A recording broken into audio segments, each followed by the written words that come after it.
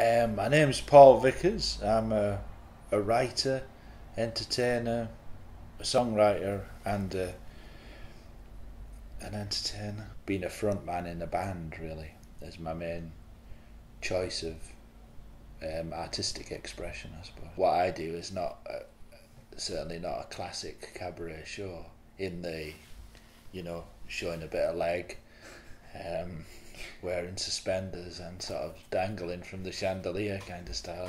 It's more sort of rough northern bloke with sort of abstract fairy tales and gruff umpire musical dynamics, I suppose. So the reason why I'm spaced out half the time is because I'm in my own world. So it made sense to sort of try and bring that world into the act. And a good link with that would be to have creatures or things that are solely in that world, The book is essentially a novella, and the complete Twonkey fairy tale archive, essentially. But with drawings by Mary as well, Mary Trodden, my girlfriend, and she's done wonderful drawings. It's about a man. I don't think he's necessarily a dwarf. He just hasn't eaten properly, and he lives on the marshlands. So it's a bit Great Expectations to start with. He gets into trouble with the law for stealing, and he's in with a bad bunch. He gets thrown into prison. He escapes from prison using the shaft of a dumb waiter, and then he goes on an adventure, and the only place that he can find work is on the docks. The kind of work that is available is pretty much suicide, and what he has to do is he's placed inside a cannon, and then he's shot into the side of a lighthouse, but he has an anchor in his hand, and basically the weight of him hitting the lighthouse turns the lighthouse, and the lighthouse turns around, and underneath it is another lighthouse which is almost identical but with slight differences. And this has quite a colossal effect on the world, and essentially it turns New York into Yorkshire. The story is Itchy Grumble, which I developed with the leg, the Edinburgh band. Basically the idea was we wrote a musical together, which was sort of in with the feel of Tom Waits, But the more we got into it, the more we couldn't work out what it was. It was it was a song cycle, it was a musical, was it a rock opera, what was it?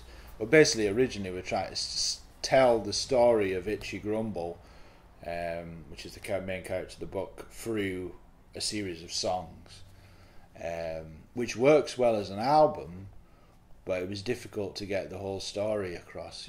People were missing certain aspects of the story.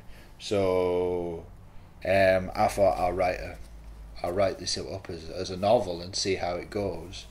You need so many ideas to bail you out of your other ideas, and then you need to it needs to lock together, like a sort of Meccano set.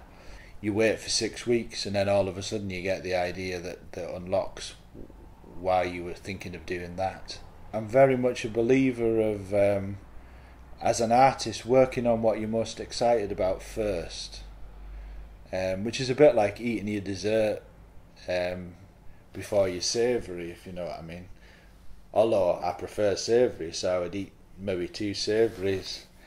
Obviously there's graft that needs to be done at different points to weld the joints together, but sometimes that means that you do a piece of work and you just sort of think, what the hell is that? How the hell am I going to incorporate that into the story, or how is that going to be useful in any way whatsoever? And then 3 or 4 months later I'll suddenly be like, right, that's why that happened. So I'm a bit like Nostradamus in that sense. There's a thing in this, there's a mystery in this, which is the monkey and the organ grinder. I knew the monkey and the organ grinder had to be in it from very early on, but for a long time I had no idea why they had to be in it. But then all of a sudden I realised that they were one of the most pivotal aspects of the whole thing. But it took me such a long time to realise that.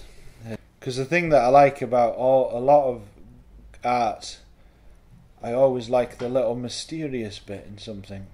Because I'm dyslexic, I'm really badly dyslexic.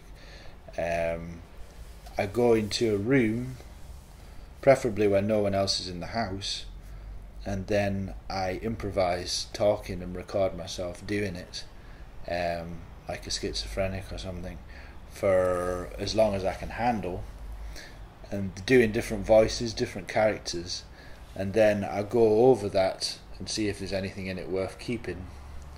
And I find that creates a more natural flow of dialogue, but it also is very good at natural story progression.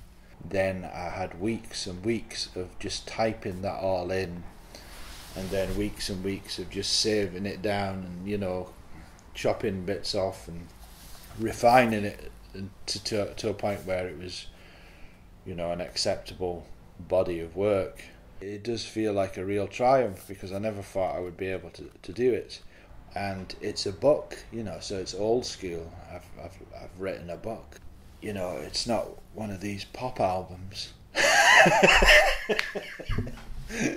It's actually a book.